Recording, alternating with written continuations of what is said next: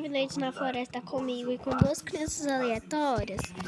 Bora lá então. O mais perturbador de tudo é o que está lá no fundo do abismo. Em 2018, uma equipe da Aquatic Submarines, liderada por ninguém menos que Richard Branson, se aventurou até o fundo do Grande Buraco Azul em uma tentativa de fazer um mapa 3D do seu interior. Ao começarem a descida, a tripulação encontrou pela primeira vez tubarões de Recife, tartarugas e corais gigantes, todos eles comuns na área. Mas ao atingirem profundidades de mais de 90 metros, os sinais de vida começaram a desaparecer. E segundo estudos conduzidos lá, descobriu-se que o culpado era uma espessa camada de sulfeto de hidrogênio tóxico naquela profundidade, que impedia que o oxigênio chegasse mais fundo. No fundo do buraco, a tripulação começou a avistar centenas de caranguejos, conchas e outras criaturas mortas, que caíram no buraco, ficaram sem oxigênio e sufocaram. A tripulação também encontrou sacolas plásticas, garrafas e até uma GoPro que foi perdida com as fotos de férias de alguém. O menino é um hacker. Perdidos e crustáceos não foi a descoberta mais assustadora. A tripulação também encontrou os corpos de dois mergulhadores que desapareceram enquanto exploravam o buraco. Embora a identidade dos mergulhadores e os detalhes sobre como exatamente eles morreram ainda não estejam claros, eles podem ter sido vítimas de um fenômeno sinistro, conhecido como narcose por nitrogênio. Essa condição terrível pode atingir mergulhadores em grandes profundidades,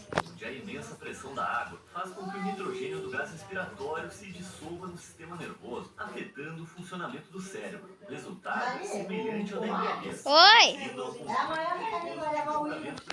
Sim! Eu vou ficar em casa. Tô de atestado.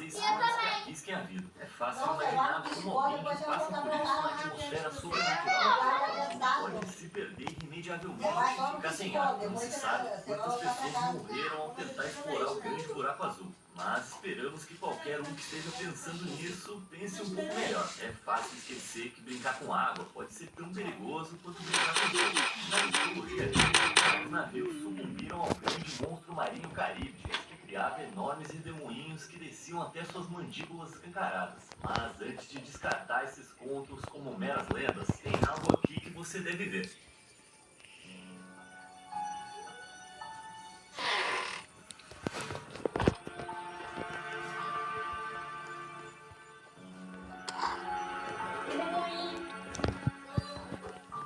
Tá bom, fala aí, quem é que teve a ideia de esvaziar o mar? Esse vídeo perturbador foi feito em 2021 pela destemida usuária do TikTok Olivia Farr, enquanto ela curtia um passeio de jet boat na extremidade nordeste da Ilha Sonora, na Colômbia Britânica, no Canadá. A região tem redemoinhos de maré frequentes e ferozes, graças às poderosas correntes que fluem através dos numerosos canais ali, agitando-se umas contra as outras em um poço giratório. Esse redemoinho em particular aparece com frequência suficiente para que os moradores o tenham apropriadamente apelidado de buraco do diabo, talvez porque essa água branca em espiral espirrando parece canalizar direto para o inferno. Os maiores e mais perigosos redemoinhos da Terra são chamados de maelstroms, que podem ser mortais se você chegar muito perto. Se você for sugado por um desses, especialmente um formado por fortes correntes que atravessam fundos marinhos irregulares no oceano, você pode ser puxado para baixo d'água e ficar preso. Isso pode ser extremamente perigoso, já que a força do redemoinho pode facilmente tornar impossível nadar até a superfície, com a água que gira dificultando saber qual é o caminho para cima, enquanto barcos motorizados tripulados por pessoas experientes conseguem escapar da poderosa atração de redemoinhos como o buraco do diabo.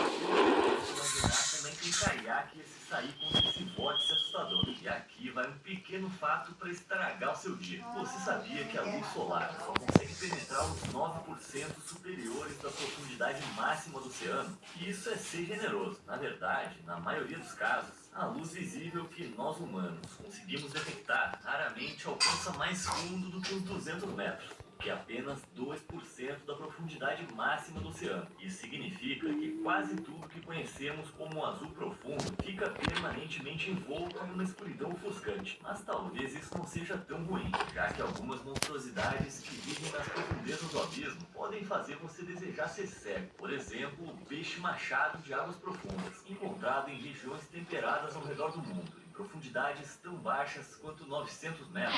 Esse habitante marinho arrepiante é um combustível de pesadelos. Sério, o bicho parece uma solda mal feita. E esses olhos esbugalhados e sem vida parecem perfurar sua alma, o que me deixa mais nervoso é que esses grandes olhos tubulares apontam para cima, examinando constantemente a escuridão. Esse fator curioso da biologia ocular permite que os peixes machado de águas profundas casquem.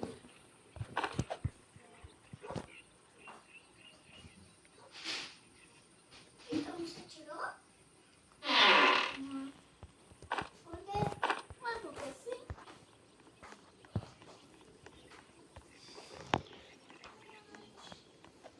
Todo mundo tem seus próprios hobbies. Para alguns é jogar futebol ou fazer palavras cruzadas. Mas a caça ao tesouro é o que realmente motiva as pessoas como Mike Smith. Como a maioria dos amadores, ele encontrou apenas algumas moedas antigas e várias outras bugigangas ao longo dos anos. Mas nada particularmente valioso. Mas tudo isso estava prestes a mudar, quando ele viu a descoberta de sua vida.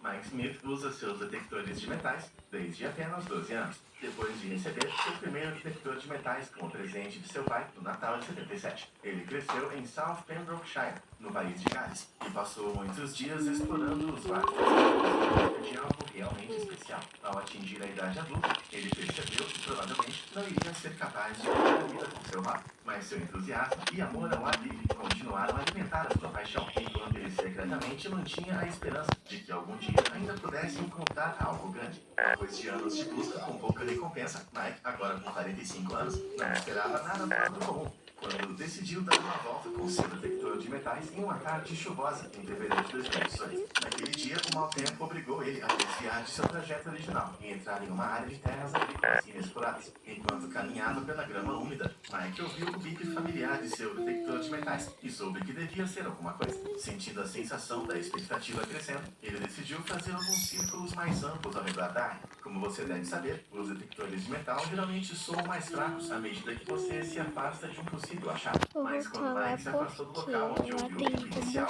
algo estranho aconteceu. Ele ouviu o bip novamente, mas cada vez mais alto. Depois de testar se o equipamento estava funcionando, Mike sabia que havia apenas uma maneira de descobrir se ele estava realmente recebendo uma leitura precisa. Ele tinha que cavar. Antes de sujarmos as mãos enquanto nos aprofundamos nessa história emocionante, por que não usar as suas mãos limpinhas apertando os botões de curtir e se inscrever? Não esqueça do sininho também. Dessa forma, você vai ser o primeiro a saber quando eu postar mais conteúdo incrível. Agora, de volta à descoberta. Depois de escolher um local onde seu detector de metais estava ficando mais alto, Mike pegou sua pá e começou a cavar no solo úmido. Que desde falou que não queria, agora quer. Ele já havia criado um buraco de cerca de 30 centímetros de largura e 60 de profundidade, quando começou a sentir algo pequeno e metálico. Ele delicadamente o removeu do buraco e inicialmente pensou que poderia ser uma velha moeda enferrujada ou algum tipo de broche medieval. Depois de remover um pouco da sujeira com as mãos, ele percebeu que o objeto tinha uma tonalidade esverdeada e estava decorado com algumas delicadas e intrigantes gravuras vermelhas. Enquanto ele ponderava sobre o objeto, virando ele em suas mãos, ele notou uma coisa brilhando na terra. Ao contrário da primeira peça de metal, esse objeto parecia estar um pouco mais preso. Tomando cuidado para não danificar o seu novo achado, Mike jogou a pá no chão, se ajoelhou e começou a cavar com as mãos.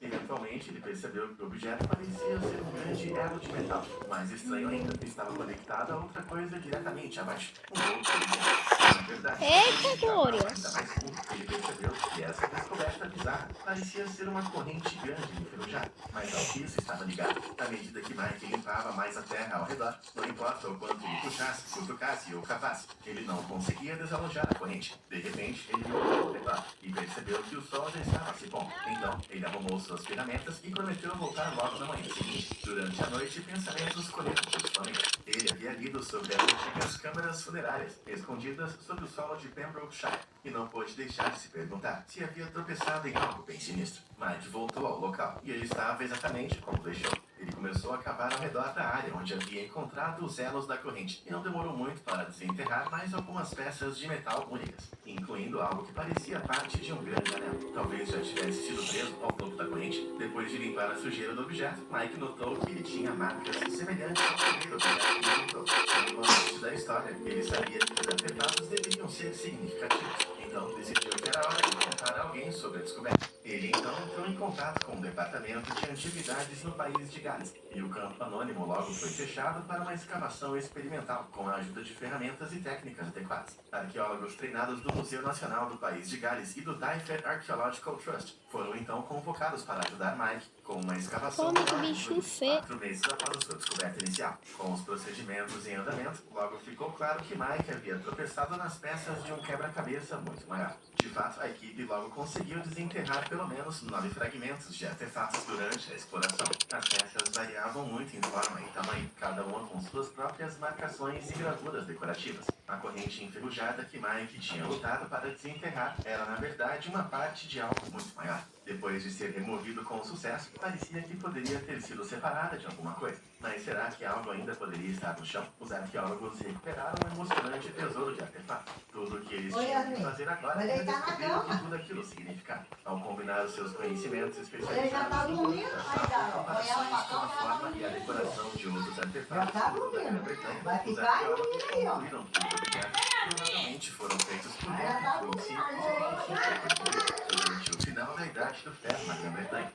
Pô, mas não vem nem um sinal bom, Esse cara. período foi particularmente significativo devido à introdução da tecnologia de trabalho do ferro, que teria sido usada para criar esses artefatos intrigantes. Os historiadores também foram capazes de determinar que várias das peças também são elaboradamente decoradas, com desenhos de arte celta tardia, também conhecidos como arte tardia. Você vai dormir um pouco, mas aí você vai amanhecer aqui, né, filho? É isso que eu tô falando. Não tem problema, você tá cansado, não tem problema você dormir. Enquanto o esmalte era usado para dar às peças um tom esverdeado. De acordo com especialistas, essa é a primeira vez que um grupo de artefatos com decorações de arte celta foi descoberta em Pembrokeshire. Mas o que são esses artefatos? A coleção, na verdade, são pedaços de um enterro de carruagem celta, como Mike havia suspeitado. Os celtas foram um povo indo-europeu primitivo, que se espalhou por grande parte da Europa, do segundo milênio a.C. ao século I a.C. Carruagens celtas que eram usadas como veículos de guerra e cerimoniais eram usadas para exibir o poder e a identidade de seus proprietários e comunidades tribais, em veículos da Idade do Ferro. O primeiro objeto que Mike descobriu é, na verdade, parte de um ornamento para cavalos, enquanto o objeto semelhante a um anel é um grande anel de terret, ou guia de rédeas. Esta teria sido presa ao arreio, guiando as rédeas que correm pelas mãos do cocheiro, pelas guias e até o freio do cavalo, para evitar que ele se desvie da pista. Outras descobertas também incluíram partes de um grande broche de cavalo, um encaixe de arreio e fragmentos do freio, que teriam sido conectados aos elos da corrente. Essas peças importantes teriam sido fixações para uma carruagem completa, e o arreio de couro que a acompanhava para seu par de pôneis altamente treinado. Essas peças de carruagem podem até ter sido testemunhas de alguns dos principais eventos históricos da época, quando os povos da Idade do Ferro defenderam seus modos de vida da expansão do Império Romano, que passou a incluir a Inglaterra e o país de Gales por volta de 43 d.C.